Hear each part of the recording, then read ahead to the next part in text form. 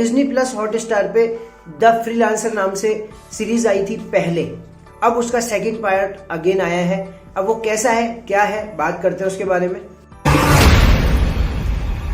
अब इस सीरीज के जो डायरेक्टर हैं वो है नीरज पांडे, जिन्होंने इससे पहले बेबी, स्पेशल 26, नाम शबाना, इस तरह की बेस्ट मूवीज उन्होंने बनाई है। अब उसी तरह का जो रूमर है, वो इसी तरह का जो सस्पेंस है, इसी तरह का जो जंप स्केयर्स है, वो हमको इसमें भी देखने के लिए मिलते हैं। जी हाँ, बिल्कुल। जब हम इस सीरीज को पूरा देखते हैं ना, तो फर्स्ट से लेकर के और 6 एपिसोड, स्टार्टिंग के 3 एपिसोड इन्होंने पार्ट 1 के नाम से रिलीज किए थे, लास्ट के जो 3 एपिसोड थे वो इन्होंने पार्ट 2 के नाम से रिलीज किए। लेकिन जो 6 एपिसोड है वो जब हम रेगुलर लगातार देखते हैं ना, तो यार मजा आ जाता है उसको देख करके।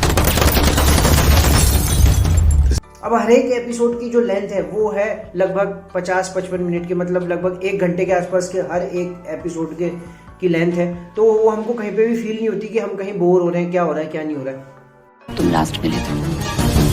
This was very well planned and executed. अब स्टोरी की बात करें तो जो मोहित रैना जो मेन कैरेक्टर जो प्ले कर रहे हैं, उनके फ्रेंड है, उनकी जो बहन है वो कहीं पे खो जाती है, उसको ढूंढने के लिए वो जाते हैं और वही मिशन होता है, वो किस तरह से उसको बचा के लाते हैं, कैसे क्या करते हैं, वही इस पूरी सीरीज के अंदर स्टोरी दिखाई है। अब उसी में ही ना काफी सारी चीजें जो है ना इन्होंने इतनी अच्छे से दिखाई है। अनुपम खेर का रोल, इसके अलावा भी इतने सारे कैरेक्टर्स थे और सबने अपना 100% दिया।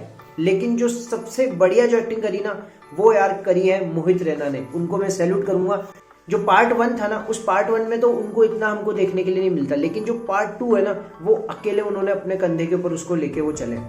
हम नीरज पांडे की मूवीज को क्यों पसंद करते हैं? सबसे पहला best story, second screen play जोरदार, थर्ड बीजीएम, फोर्थ कैरेक्टर्स की जो एक्टिंग है वो, और फिफ्थ सबसे बड़ा जो एलिमेंट है ना वो ये कि वो अपनी कुर्सी से उठने नहीं देते। इस तरह का उसमें सरप्राइज एलिमेंट रखते, एक के बाद एक के बाद एक।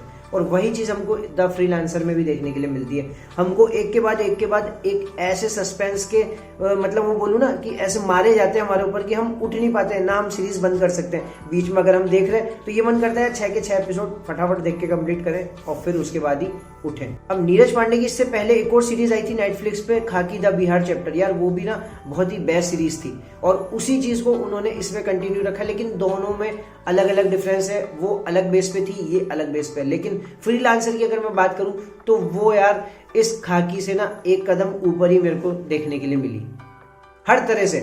आप चाहे कैरेक्टर की एक्टिंग ले लो, चाहे बीजीएम ले लो, चाहे एंटायर स्क्रीन प्ले ले लो, चाहे आप उसका जो स्टोरी को जो इस तरह से उन्होंने दिखाया है वो चीज, सारी चीजें अगर मैं देखूं तो इसमें हमेशा एक कदम ऊपर ही दिखी है खाकी से।